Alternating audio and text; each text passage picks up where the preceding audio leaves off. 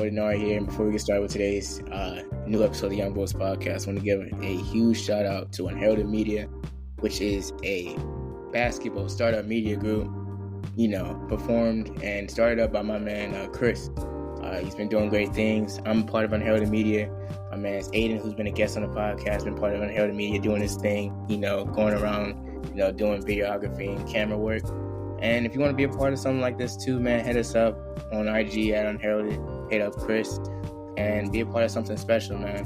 We talk about basketball, sports, any sort of content creators. You can do podcasts like me, camera work, articles, blogs, even YouTube videos about stuff. If you have something that you want to share and contribute to, hit us up at Unheralded.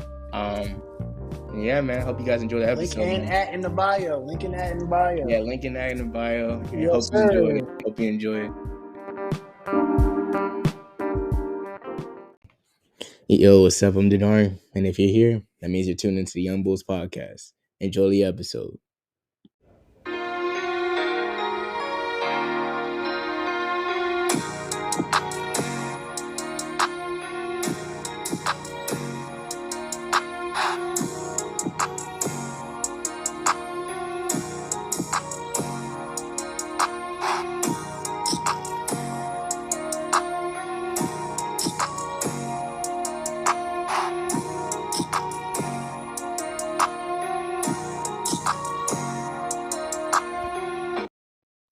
Ladies and gentlemen, welcome back. It's your boy Denari here.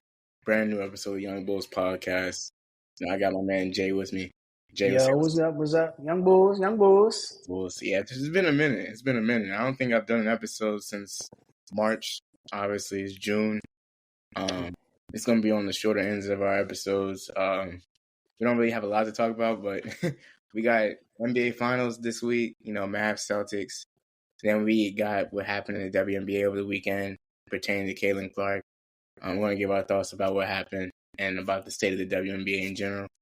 But Jay, you want to start us off, man, about Jalen Clark, man? Just talk about it. I feel like the media is pertaining it in a way that it's not. I feel like a lot of NBA rookies go through these same things, and it's not portrayed the same way. Maybe because it's Jalen Clark, a bigger name, and someone that can bring a lot to the WNBA, but I feel like it's getting dragged a little bit. I agree. I mean, obviously, with Jalen Clark getting drafted and what she did in college, it's a huge shift that we see with the W going on. 'Cause let's face it, it's been building up. The WNBA as far as viewership and virality and people watching and stuff like that, it's increased over time. It hasn't always gotten to this point. They even got League Pass. They just got chartered flights and stuff this year and everything like that. So there's people becoming more invested in the WNBA. But, obviously with Jalen Clark being in the league now, that microscope is really on her. And yes, don't get me wrong. I mean, number one draft pick, it deserves to be on her for sure. But what I was saying too as well was, when I saw this whole thing happen, there's more than just Jalen Clark playing. You know what I'm saying? There's other talented players in the league who aren't getting as much recognition as Jalen Clark is. And nothing taken away from Jalen Clark at all. But come on, the Fever are 2-9. The Indiana Fever are 2-9 right now. And I guess she's number one draft pick and everything like that. But there's other solid rookies who are doing good things on teams that are in better shape than the Fever. You know what I'm saying? And just looking at the incident and stuff like that, I mean, people were going on. I saw people on Twitter just, attacking the Kennedy. I forgot her last name, but the person who hip checked Jalen Clark, attacking her character, making jokes about her and stuff like that. But I'm like, Jalen Clark was talking trash to her on the other side of the court, which caused her to even do the hip check in the first place. And there's been tons of videos of Jalen Clark shoving people, flopping, doing all this stuff to people who were just playing defense on her and stuff like that. So, I mean, if you're in the league or you're just playing competitive basketball in general, I mean, people are going to play hard and stuff like that. You get what I'm saying?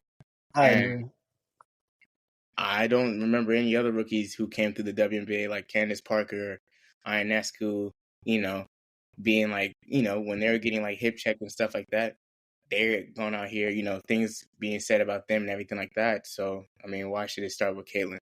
And, I saw a lot of people, saying that, this is crazy. This is, there's no place for that in the league. I'm like, I mean, every league has an enforcer. I mean, you take the NBA, for Yeah. example, like Draymond. Like, take Draymond, for example. Like, Draymond literally, I mean, he plays hard and stuff like that, but at the same time, he's an enforcer.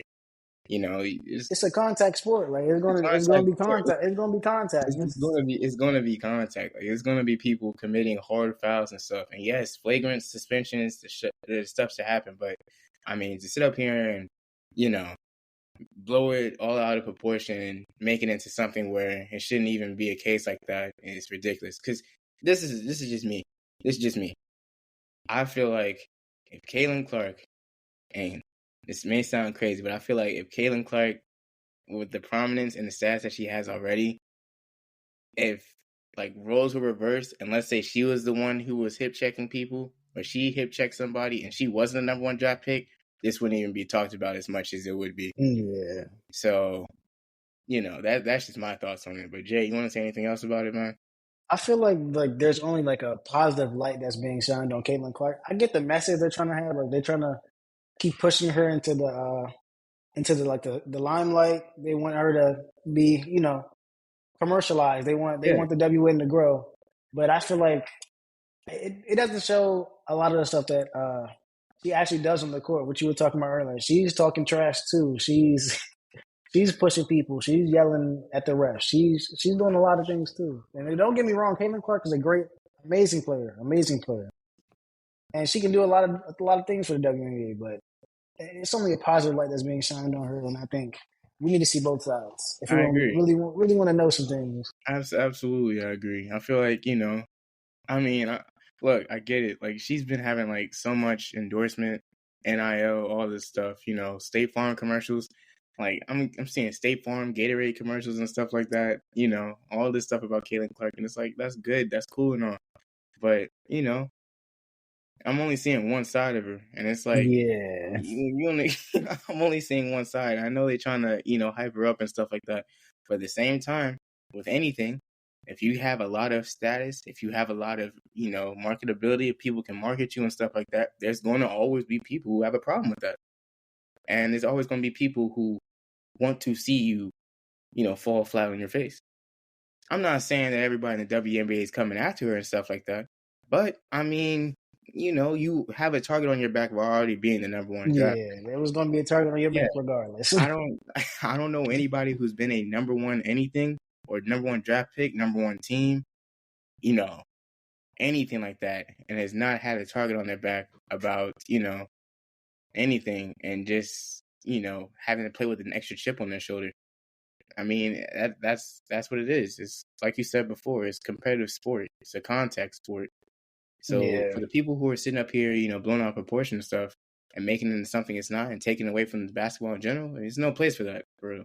If you really want to see the game of basketball grow, you shouldn't be doing that in the first place. And also, too, I was saying this as well, Jay. I was saying this as well because Angel Reese came out and she was like, when it comes to like the WNBA and stuff like that, it's not just here for one player. Like, Yeah, and I was going to mention something about that earlier. Like, if yeah, I'm not go ahead. mistaken, they televised every single one of Caitlin Clark's games. Yes. When there are so many big faces that Yes. just came into the league, there's Yes.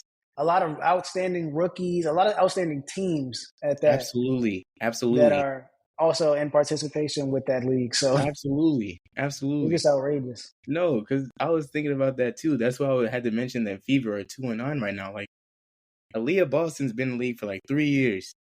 The Fever were not getting that much recognition when Aaliyah At Boston was all. playing at At all. all. And she was the player of the year, I believe, at South Carolina. Asia Wilson and the Aces just came off of winning 2 championships back to back. They haven't gotten nearly as enough TV time as Caitlin Clark has gotten. And Yeah. they're the reigning champs. So their games are relegated to being on NBA TV at like 8 o'clock or on Ion Television, which is used for Law and Order Detective marathons. So, like, I'm sitting up here saying to myself, like, what are we doing?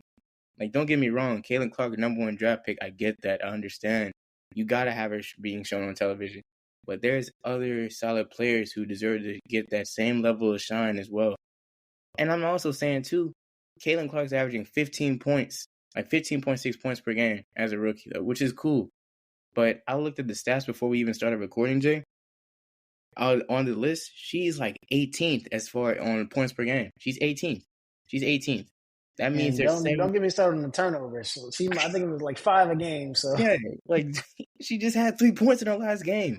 I'm saying that there's 17 players who are averaging more than her, and they're helping their team out and winning and everything like that. And we're seeing Caitlin Clark every single night. I get it. I understand. She's good. Yes. But I'm trying to see more than just Caitlin Clark. And also, too, my thing is that when it comes to people and watching WNBA, if you're sitting up here saying you're only watching it because of Caitlin Clark and not trying to see what else that the league has to offer, then don't bother watching it at all. Because I feel like if you're not going to try to put forth the effort to watch and really understand what's going on in the league, then you're really not for having it grow at all, in my opinion. That's what I think. honestly, I feel like they have a lot of like steps they can take to make the league grow as a whole. Anyway, like if I'm not mistaken, it's 12 teams. Expand, like try No, to get a team almost everywhere, or like everywhere. insane. Yeah, just get them in a nice little area. Get some more teams. Get some more teams. I It's agree. 12 I of them. agree. I agree. Like expanding, more network, because like just having an ESPN on Sunday and stuff at 3 and Friday nights on NBA TV is not enough, And some teams you have to do League Pass for, and I'm not paying $34.99 to watch League Pass instead of just watching it live on cable. So, having more stuff like that. I know for the NBA they got TNT, they got Max, they got League Pass, ABC, everything. ABC, They got it on everything. everything.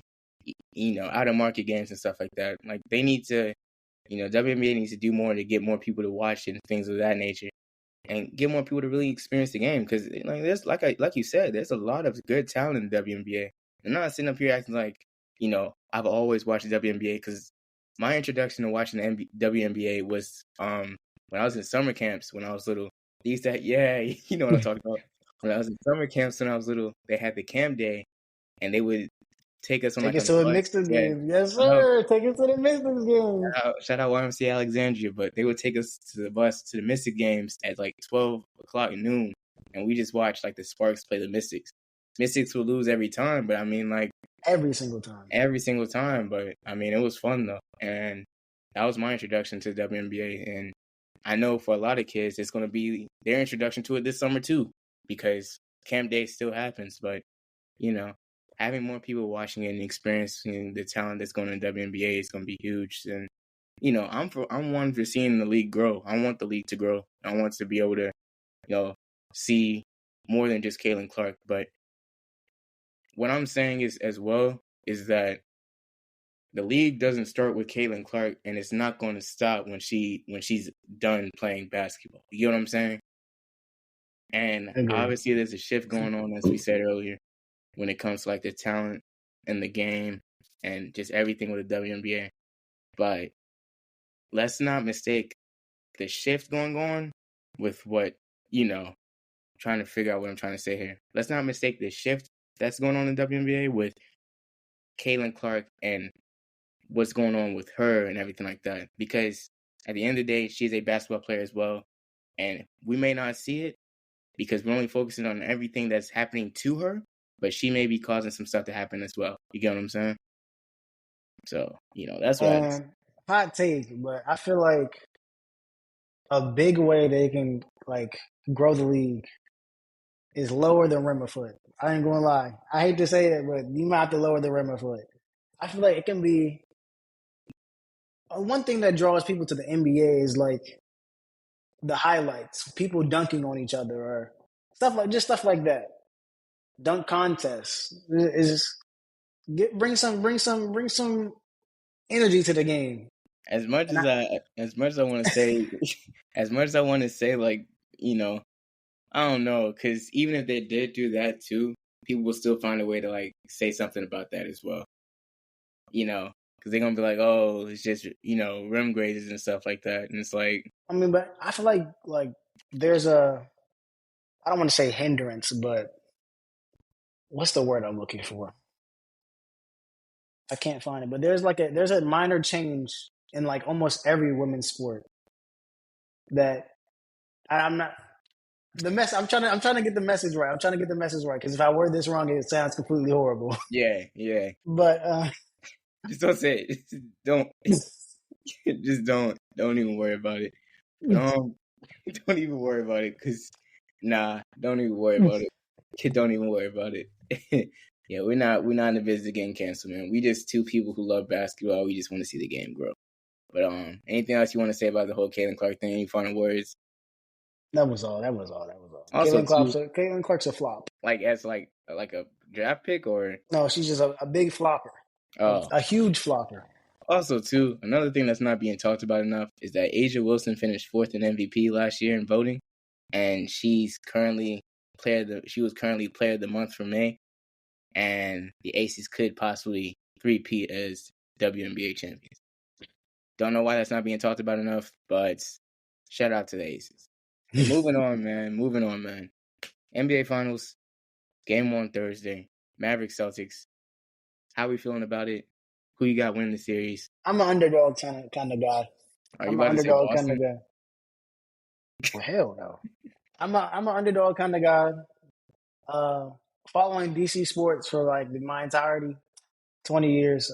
Any Washington team has never really been up there. So Except I'm the an underdog. Except the Nationals. 1 year. This year, I just watched us lose a horrible game today to the New York Mets. Anyway, Washington's never been up there, so I'm always rooting for the underdog. So I think the Mavericks going to win this one. I want the Mavericks to win this one. I mean, yeah, like you said, like there's a lot of storylines too. Obviously, Kyrie playing against his former team. Gafford. No, it's not really a storyline, but like obviously being from like the worst team in the league with the Wizards. Sorry, Jalen. We're not the worst team in the league. One of the worst teams in the league. Sorry, but going to like a perennial, championship, winning team with the Mavericks. You got Porzingis playing against his former team. That's going to be crazy interesting for sure because people were saying that Porzingis is hated in Dallas and stuff like that. And obviously, for me, I just didn't see it working out as well. I don't really see that whole team working out with Porzingis and Luka. But it definitely could have worked. It definitely could have worked, but it didn't work. I feel like they didn't allow Kristaps to play like a big enough role that he wanted to. Like every team after Dallas, he averaged, if I'm not mistaken, 23 for the Wizards and because he went to the 23 Wizards and after 8. he left. Yeah. He went to the Wizards after Dallas, right? Yeah. If I'm not mistaken, he averaged 23 and 8. Watching. He was hooping. He was doing well for the Wizards. He's been doing well for the Celtics. I just feel like they weren't allowing him to have a big enough role. Am I tripping, or wasn't he there when y'all were first place in the East for like? Oh, for like the first 2 weeks of the league of the season. Yeah. Yes. He was hooping. But for sure, yeah. Obviously, for me, I'm a Sixers fan. Oh god, I rock with Jason Tatum. Got my. That doesn't even sound right. That doesn't sound right. Look, man, I just rock with Tatum. I always liked Tatum ever since he was at Duke. But look, I want the Mavericks to take care of this, man. I'm a huge Kyrie Irving fan. I've been following Kyrie longer than I followed Tatum, obviously. But I remember him at Cleveland. I remember him at Boston for that short stint. Obviously, him leaving, going to Brooklyn, things didn't work out there. If he wins the title against his former team, that would be such like poetic justice. And just Kyrie, the whole notion with Kyrie was the fact that he couldn't win without Bron. And you could make the argument that if KD didn't put his foot over the line in 2021, they would be. I was watching that game live. I seen that one. Yeah, wowzers! And then overtime loss. Yeah. If he didn't have his foot on the line, they would have been NBA champs that year. And it definitely looked like it. And then the following year to get swept with Ben Simmons playing, and all that was a lot too. So, I mean, with the Mavericks, I feel like they can definitely do it. They were the best team in the West throughout the playoffs. The role players and stuff like that have been a huge step up for them.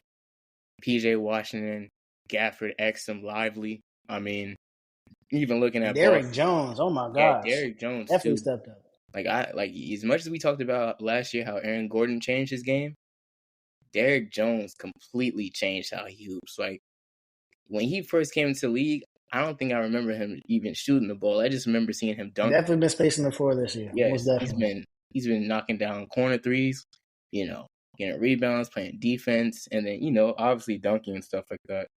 But the Mavericks just and PJ Washington, going from being in Charlotte and having the whole Brittany Renner situation to now playing for a Let's be real though. Nah, I'm gonna keep my mouth shut. yeah. You know what I wanted to say. I don't know what you're gonna say, but I want. But keep it podcast friendly. Yeah, keep it podcast friendly. But PJ Washington and stuff like that, turning into a bona fide role player and solid hooper for them as well. They just look like a totally different team, and they just look like an even better suited team than they did before the deadline when they had Grant Williams and just no sort of direction of where they were going to go. And that's why I feel like the Mavs are going to win this in 7. They're going to win Thursday. They're going to take one in Boston for sure. They're going to come back to Dallas, win both, and they're going to close it out. They're going to win. We're going to have to see. For sure. And also, too, obviously, with Brown winning conference finals MVP, I'm looking for Tatum to have a stellar finals performance, too. He needs it. Because if he doesn't perform, fraud alert. If he doesn't perform, it's just going to be bad. He's not going to hear the end of it. People already hate Tatum already. So. Oh, for sure. Because to have Brown show up the way he did in the conference finals and you kind of put on like a little stinker, it's not a good look. And then with Luka and Kyrie, obviously, Luka never being in the finals, Kyrie having that veteran, final championship experience. If Luka shows up on this stage, man, this ring if Luka wins the ring, where's that gonna put him? Hey, that boosts him. It boosts him a lot. I feel like that boosts him over Embiid, low key. He's already been over Embiid. Nah, he's already been over Embiid. That's gonna boost him over a lot of people in today's generation. Most definitely. Sure. Because the only people that you associate with this generation who's won Bron, Giannis, Jokic. Yeah, that's it. That's really it. Yeah, that's really it. So, yeah, and then I'm hoping the Mavericks take care of business for sure. It's gonna be a good finals though. It's gonna be a good. Hope so. Realistically, Boston blows them out the water. Boston, they was number 1 defense last year. Then they went and picked up a great perimeter defender in Drew Holiday. I was just talking about that on the reel too. On that posted last week, I said Drew Holiday is like literally the key to Boston's success this year because he shows up in ways that you don't expect him to show up in, and he's performing in ways that you don't see in the stat sheet. Oh, but Derek White too. Derek White too is there for sure. Derek White. You can't tell me one thing Derek White does bad. Like he can shoot, he can dribble. He plays defense. He rebounds. You can't tell me one thing he does bad. Like he's just perfectly well-rounded. He might be the best role player in the league right now. Dude, he can do anything. He can actually do anything. Too, like even thinking about it, like the thing with Boston is like they got this like it's not like how most people you heard like a 3-headed monster. They got like a whole 6-headed monster for real. Because if you don't got the starters performing, you could literally take Derek White off the bench and he could give you 30. Most definitely. And the Celtics gives 30 in the starting lineup. I'm saying, and it's like you don't plan for that. Like usually, if you see a role player, like in my experience of just hooping, if I see somebody like a starter, if I stop them from scoring, that's cool. But the role player comes off and puts up like 25 plus, there's nothing I can scout or game plan for that because you're not expecting it. The thing with playing against Boston is that with Boston, you have to expect that to happen. If Tatum's having an off night, there's no such thing as all 3 of them having an off night. If 2 of them are not playing well, one of them is going to end up showing up and hooping. So, and then forget about Derek White too. For some odd reason, old dude, Al Horford, still doing stuff in the league and still putting his footprint on the game and everything like that. So that makes no sense either, considering the fact that he wasn't doing none of this in Philly, and it still makes me sick to this day. and went Like to the rivals and I'm started saying, going off. he came to Philly, did absolutely none of this, and then left and then gone to two finals. Like, what are we talking about here? It makes me mad even thinking about it.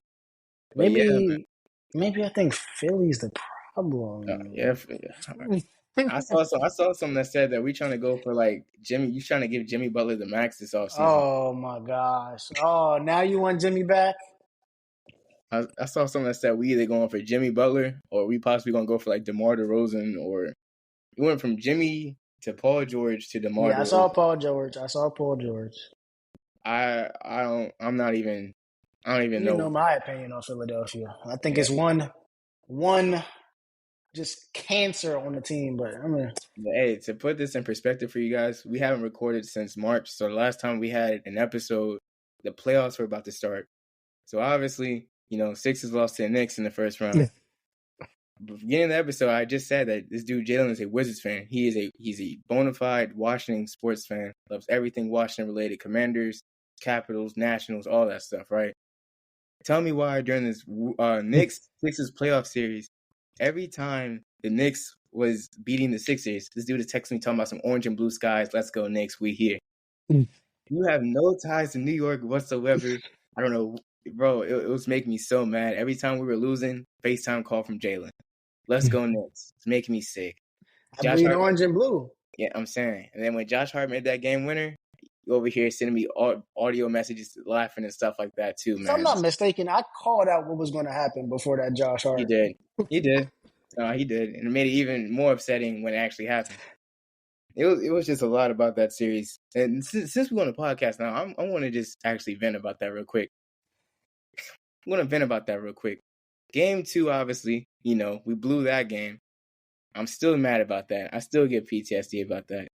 But Game 6 was probably one of the oddest Sixers games I've ever watched in his playoff career. Buddy Hield goes off for 20, and we sit him out for the third quarter for Tobias Harris, who only took 2 shots.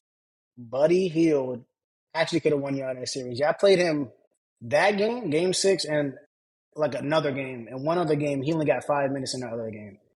And when he did get minutes, he dropped 20 points. I actually don't know what Nick Nurse was doing. We sat him out for Tobias Harris, who had 0 points. Was it 0 points 40 minutes or it was like 38 minutes? I got the screenshot of it actually. Hold on, give me a sec. 0 points.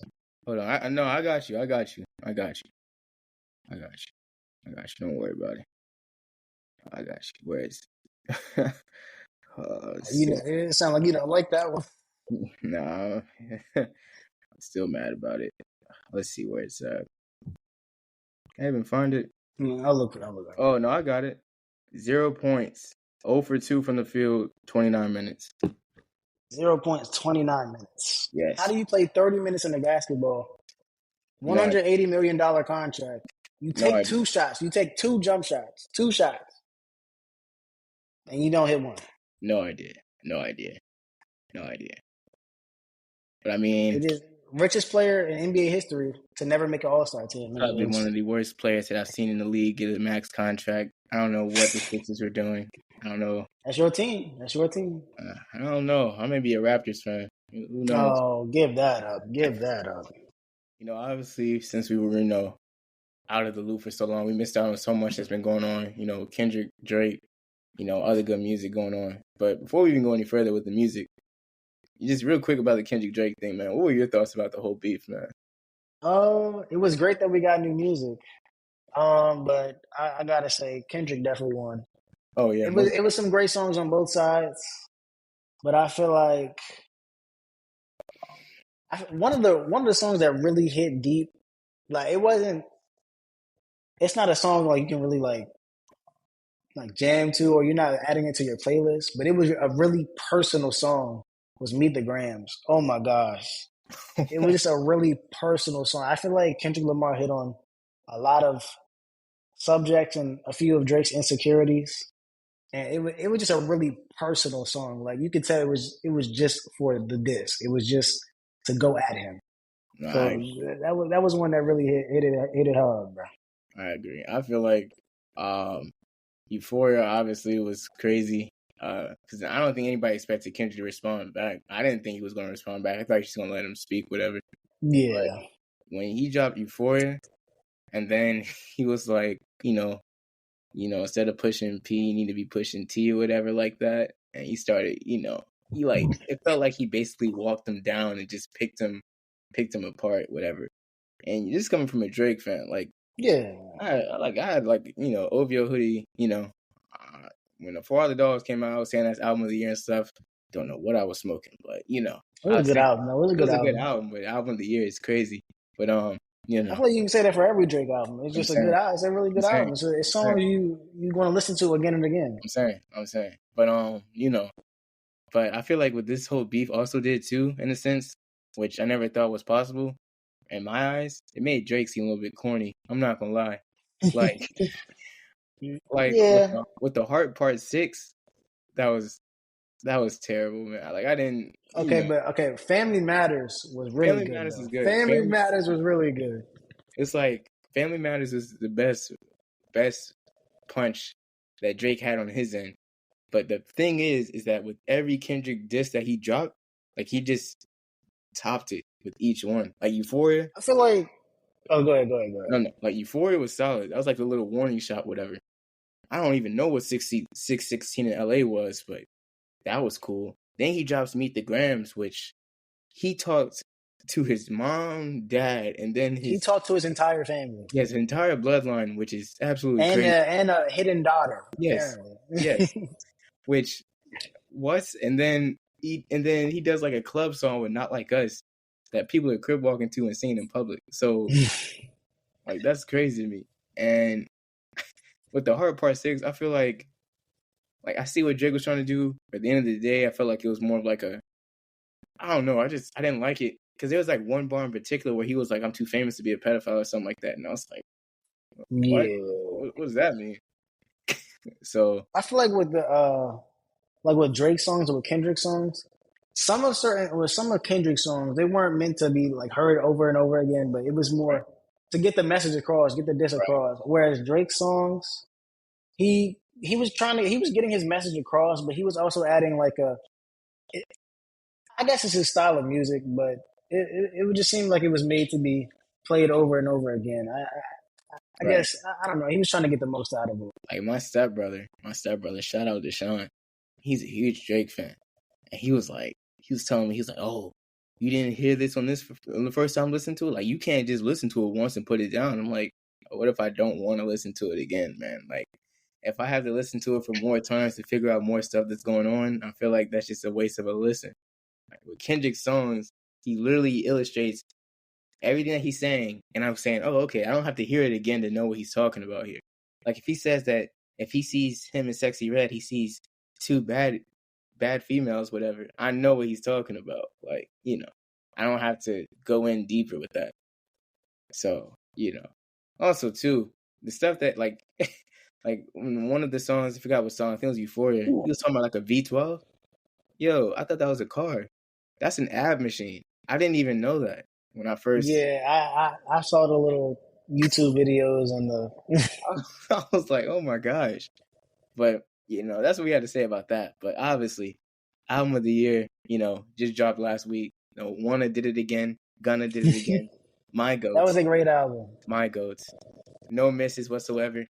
Every song, tons of replay value. But what's your thoughts on it, man? I listened to it on the drive back from Temple. Like if I'm not mistaken, it dropped that day or the day before, possibly. But it was a great album. I say top songs is Collage. You got Head on the Yacht. Is let me try. Let me think. What was the joint with? The one with Normani was so tough. Dollar Signs was so Oh tough. yeah, now with Normani. If I'm not mistaken, was there a joint with Roddy Ricch on it? Yeah. That was pretty decent. Mine was Neck on the Yacht. That one was nice. Hakuna Matata. Hakuna Matata was good. Hakuna Matata. Back in the A. That's the sleeper. Back in the A was nice. On One Tonight. That one was nice.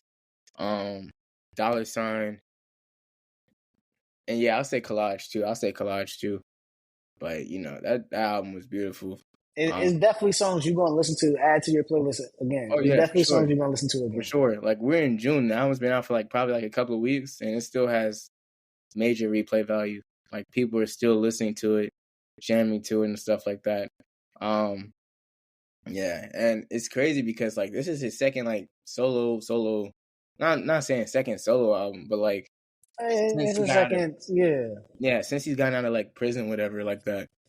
Since he's been locked up. He dropped last year Gifted and Cursed and then dropping this year, like he has a thing with making like bangers for the summer and stuff like that. So power to you.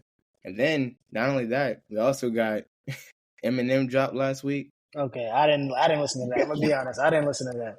I didn't listen to that. Deion Sanders had a rap verse on a song. He rapped on Eminem's song. No. He rapped on somebody else's song, but I just found Whose out song about did he it. rap on?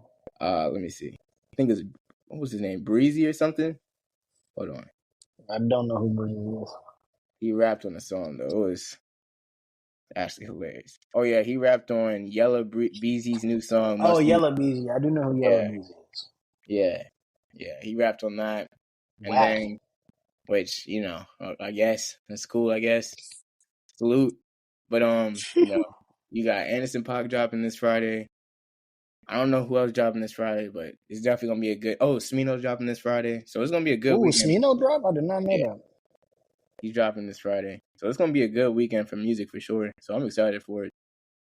But most definitely. Hold on, let me see. I'm trying to see when this album. Here we go. Were we still in school? Oh, we were still in school what? when it's Us Volume 1. Oh, I guess the last podcast was March. We can talk about it. Oh yeah. Concrete Boys. That was a really good album as well. I feel like that's also in We competition with didn't album talk of the about the year. Cole album too. I listen scarcely to that because that was the domino effect to all the new music we got. Yeah, but the It's Us was nice. LA Definitely, Reid, Point Me to It. My favorite song on there is Not the Two. That's probably my not favorite the thing. two. Caribou is a great artist. Caribou is like so that. nice. Caribou is like that. Caribou is so tough. Like her Yeah, I cadence. find myself ironically just listening to Caribou. Her, even Anicia. her, like her, yeah, Anicia. Oh my gosh. Like nah, I like Caribou. Her cadence is so tough, and the way she raps, Very much. like she raps like she doesn't care. Like it's just so cool. It's so chill. But yeah, Not the Two was a good one. And also too with the album too, it introduced me to more of the people like DC Too True. Like I listen to his stuff too, and then Camo, his individual stuff is nice too. So It's a great group. I'm definitely gonna catch them on tour for sure because they're gonna be at Broccoli Fest. So because I missed them at the Roots picnic, which I'm mad about, bro. Yeah, I did see that was June 1st and the 2nd. I was literally this past weekend. I saw so many people went to the Roots picnic, and I was like, dang. But I was definitely trying to go, but obviously I couldn't. So I'm definitely gonna try to catch them at Broccoli Fest for sure. But yeah. So it's gonna be a solid summer for music for sure.